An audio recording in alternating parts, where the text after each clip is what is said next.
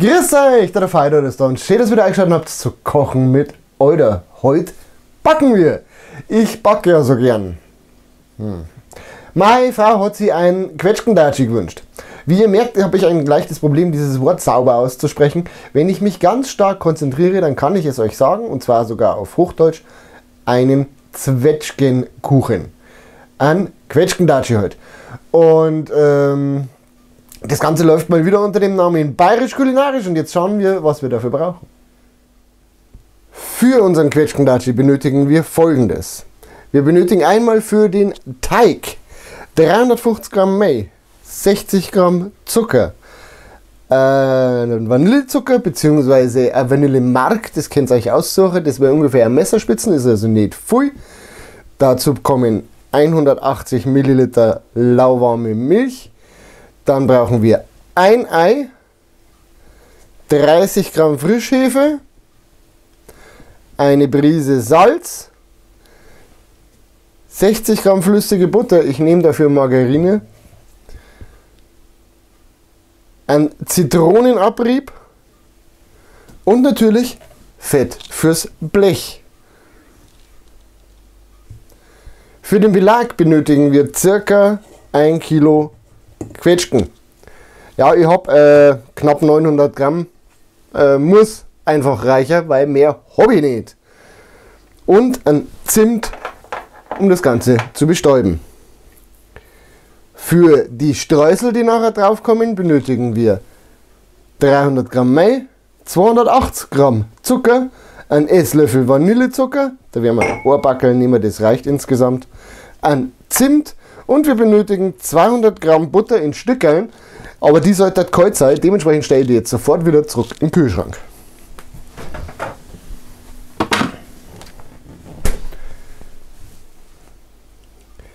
Und dann fangen wir an mit Schritt 1. Wir machen einen Vorteig für unseren Hefeteig. Für den Vorteig machen wir Folgendes. Wir nehmen unser komplettes Mehl, was wir haben, für den Teig und machen das, wenn wir es in einer Schüssel haben, hier herinnen eine Mulde. So.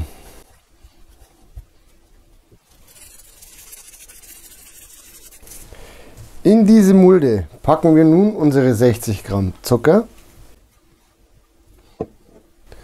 Dazu unsere Hefe.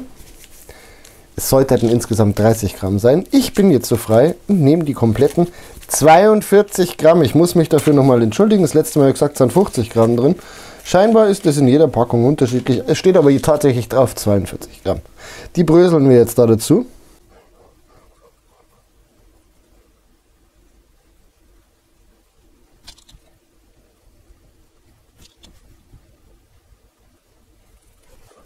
Dazu kommt ungefähr die Hälfte unserer Milch.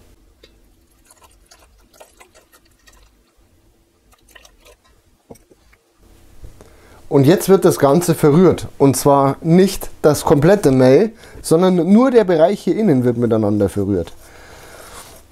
Damit wir hier ein klein wenig Teig anrühren können. Das Mehl nimmt sie die Milch schon verloren und wir kratzen sie auch mit zusammen. Nehmt es nicht einfach einen Rührstock und tut da alles miteinander oder einen Mixer und tut alles miteinander verrühren, sondern tut immer ein bisschen weiter Mehl mit dazu, bis wir da herin einen Teig haben.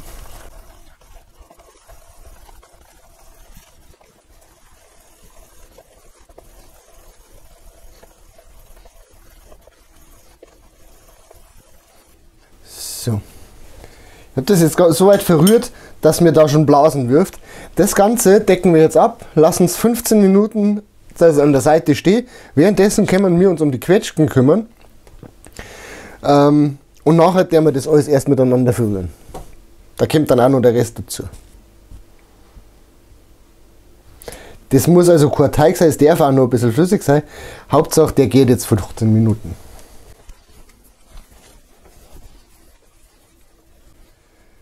Sind unsere Quetschgen gewaschen, dann werden wir die entkernen und schneiden. Das heißt, wir schneiden die einfach einmal auf, brechen es auf, den Kern raus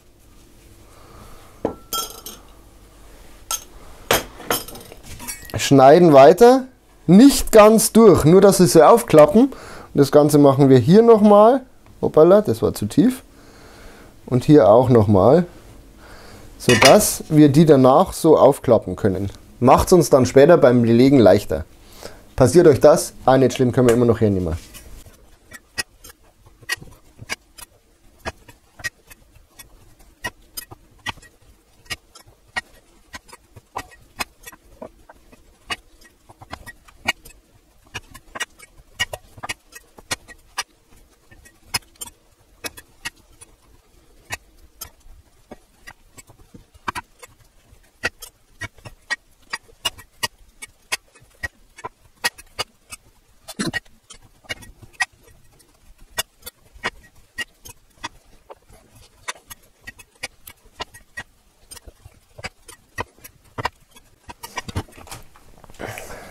So, ist die Viertelstunde vorbei, dann schaut es da drin ungefähr so aus. Es hat ordentlich geblubbert, er hat sich ordentlich was genommen. Jetzt der wir alle weiteren Zutaten dazu. Das heißt, wir nehmen unseren Zitronenabrieb, die Messerspitze Vanillezucker, die weiche bzw. flüssige Butter, ein Ei und eine Prise Zucker mit dazu, sowie den Rest von der Milch. Die steht da. Und deren das alles mit rein und dann der wir es verrühren. Daraufhin stellen wir den so lange zur Seite, bis er sich ordentlich vermehrt hat. Da läuft es drauf raus. Zum Abreiben von der Zitronenschale, wenn ihr über eure Reibe Backpapier legt, dann müsst ihr die Reibe danach nicht ganz so krass sauber machen. Und der Zitronenabrieb sammelt sich hier oben auf dem Backpapier. Ja. Das heißt, ihr müsst dann bloß noch das Backpapier runter, einmal oben schütteln und fertig. Wenn es geht.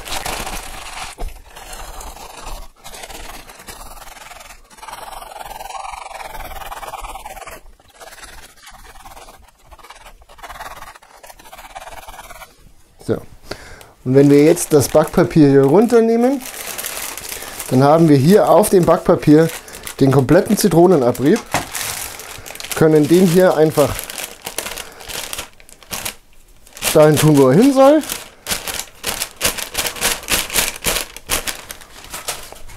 Und unsere Reibe ist einigermaßen sauber geblieben, geht also viel einfacher zum Saubermachen. Die Prise Zucker, Salz. Mein Gott, Zucker und Salz, ja, das ist aber schwer.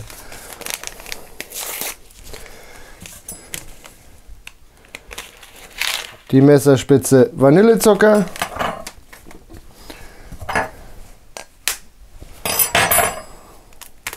Das Ei.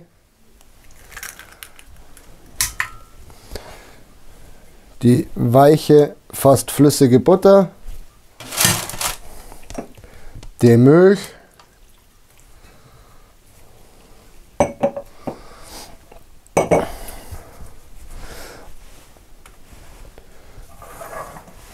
Und damit ihr den Lärm jetzt nicht hören müsst, spiele ich euch ein wenig sanfte, melodiöse Musik ein.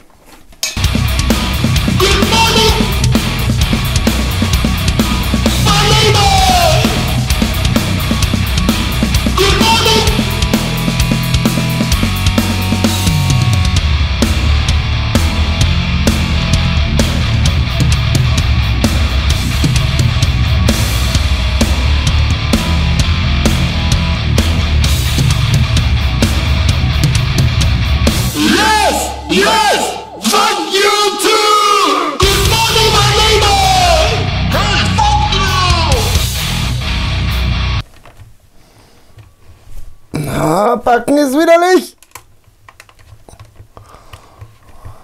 Teig ist widerlich. So. Sei Start. Auch das wird jetzt wieder abgedeckt und dann lassen wir es für circa eine Stunde einfach an der Seite stehen, dass er schön warm wird. Und dann können wir weitermachen. Und Teig ist widerlich. So, meine lieben Freunde, während unser Teig hier drüben noch geht, und der ist schon gegangen, ich habe jetzt schon ein bisschen Zeit verbraucht, ich zeige es euch mal zwischendrin, so der Zwischenstand ist schon ordentlich größer geworden. der mir die Streusel sowie das Blech vorbereiten. Und zwar werden wir dafür unser Blech komplett einfetten. Wir können auch schon den Backofen auf 180 Grad, war das jetzt Ober-Unterhitze? Ich glaube Ober-Unterhitze, vorheizen. 190 Grad Ober-Unterhitze, der wir vorheizen. Dann der wir unser Blech einfetten, was übrigens eine Riesensauerei ist, aber das ist halt einfach so. Das heißt, wir schmieren da jetzt einfach ganz voll von unserem Fett auf. So, da geht noch mehr. So dass der komplette Rand hier mit eingefettet ist, es ist wichtig. Wir wollen ja nicht, dass der Kuchen kleben bleibt, der Daci. In der Videobeschreibung unten habe ich euch übrigens erklärt, was ein Daci ist, ja, was das zu bedeuten hat.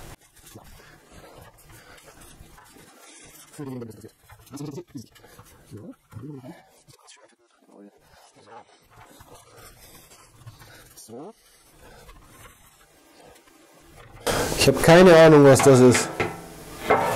So. Für die Streusel werden wir unser Mehl mit den kalten Butterstücken vermengen, dem Vanillezucker, dem Zucker und dem Zimt, und das Ganze werden wir dann gescheit verkneten. Ne? Also Butter mit rein, das ist natürlich, ja. Wir schnitzen ein bisschen an der Butter.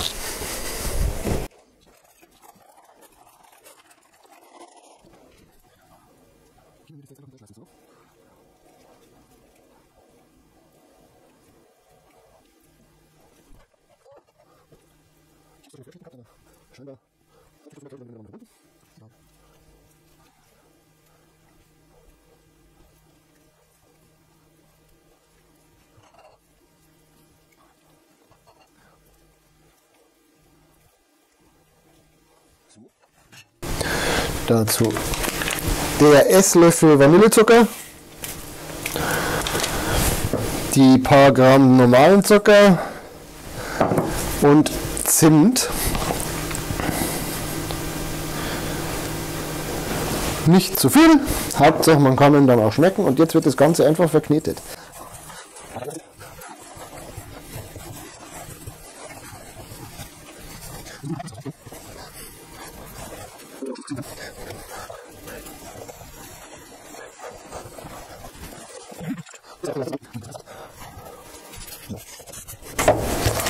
Das bröseln wir dann gleich über unseren Kuchen drüber.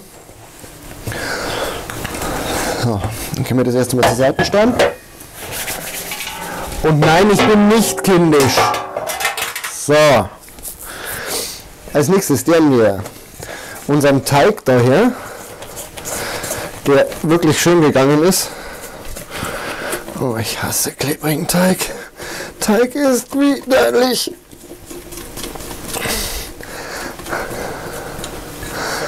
Den Teig direkt aufs Blech, auf das eingefettete, und dann rollen wir uns den einfach aus. Ich habe jetzt das Nudelholz tatsächlich noch eingefettet. Das gibt übrigens auch Sinn.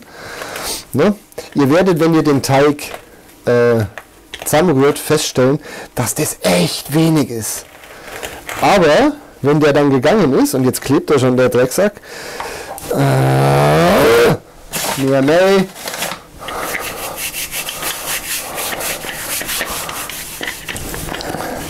Dass, wenn der geht, dass das absolut reicht, um euer Blech voll zu machen.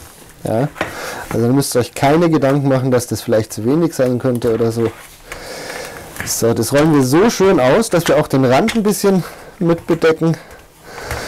Ich bin gerade total erstaunt, wie schön das geht. So, mehr Mehl.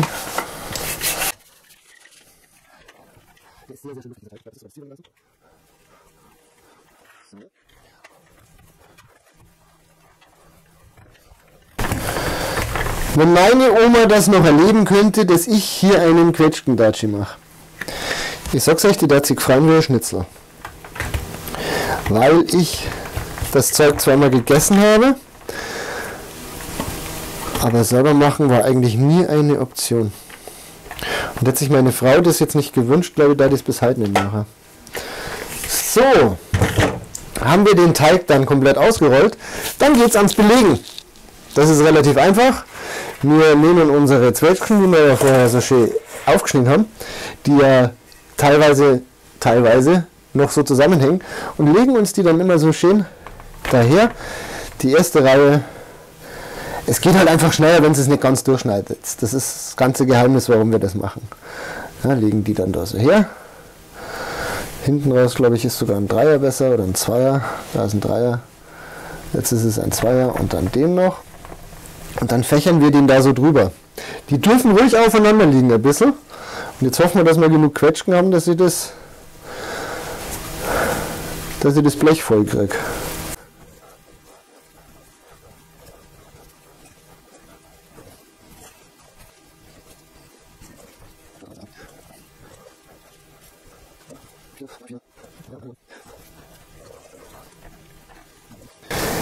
Je mehr Früchte ihr habt, desto enger könnt ihr es natürlich zusammenlegen. Ich hoffe einfach, dass ich es gerade voll kriege, das Blech. Das wäre sehr schön für mich. Und das wird richtig, richtig, richtig eng.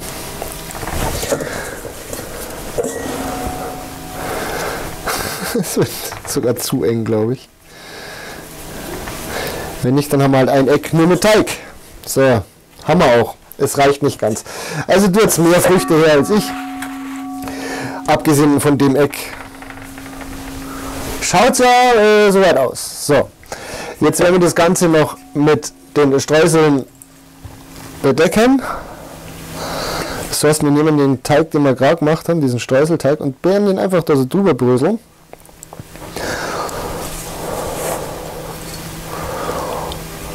Bevor wir das Ganze dann ins Rohr packen.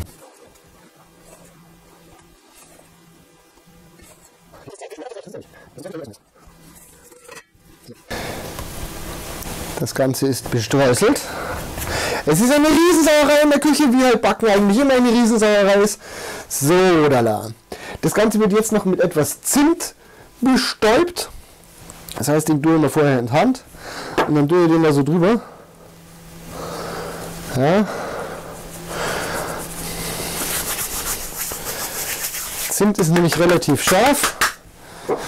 Ein bisschen mehr mag ich trotzdem.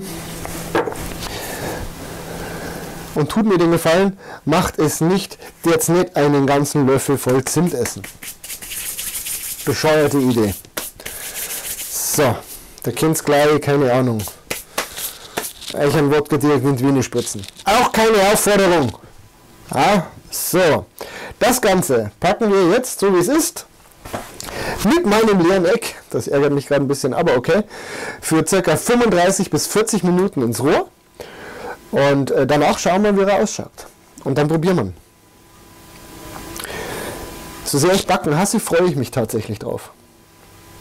Schauen wir mal in den Sondershow.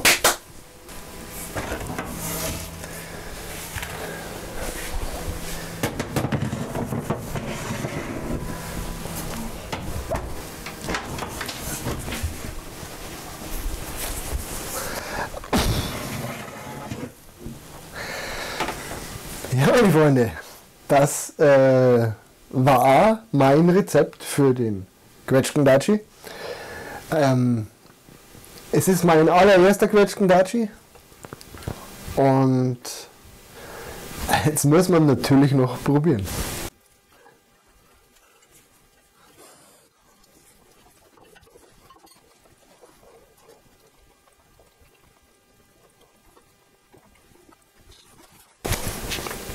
Meine lieben Freunde, beginnen wir beim Schwierigkeitsgrad. Ich würde diesen Schwierigkeitsgrad bei 3 von 6 Punkten einschätzen. Man sollte doch tatsächlich wissen, was man tut, und man sollte sich auch wirklich an die Mengen halten. Wie fast immer beim Backen. Dazu kommt jetzt der Aufwand, der ist relativ hoch. Wir haben relativ viel Wartezeit dazwischen. Den setze ich bei 4 von 6 Punkten an. Und geschmacklich können das, ich habe gerade eine 10 produziert, das ist der Hammer. Ich habe gerade meines aktuellen Wissens den besten Quetschgendatschi der Welt gemacht. Macht es noch, bitte. Das ist der Hammer. Der ist richtig, richtig gut. Und ich glaube auch, wenn er dann ein bisschen abgekühlt ist und man sich nicht mehr das Maul an der Quetschke verbrennt. Wow. Ich bin hellauf begeistert und total zufrieden. Sollte euch das Video gefallen haben, dann lasst mir doch bitte einen Daumen da, ein kostenloses Abo und aktiviert die Glocke, um kein weiteres Video mehr zu verpassen. Und schreibt mir in die Kommentare, wie es euch geschmeckt hat. Wahnsinnsessen. Und dann sehen wir uns das nächste Mal wieder, wenn es wieder heißt Kochen mit Euder. Und bis dahin, bleibt gesund, werdet gesund und genießt euer Leben, weil es ist Hauptsache 1. 40 und Papa. Ah ja, der Fall, oder?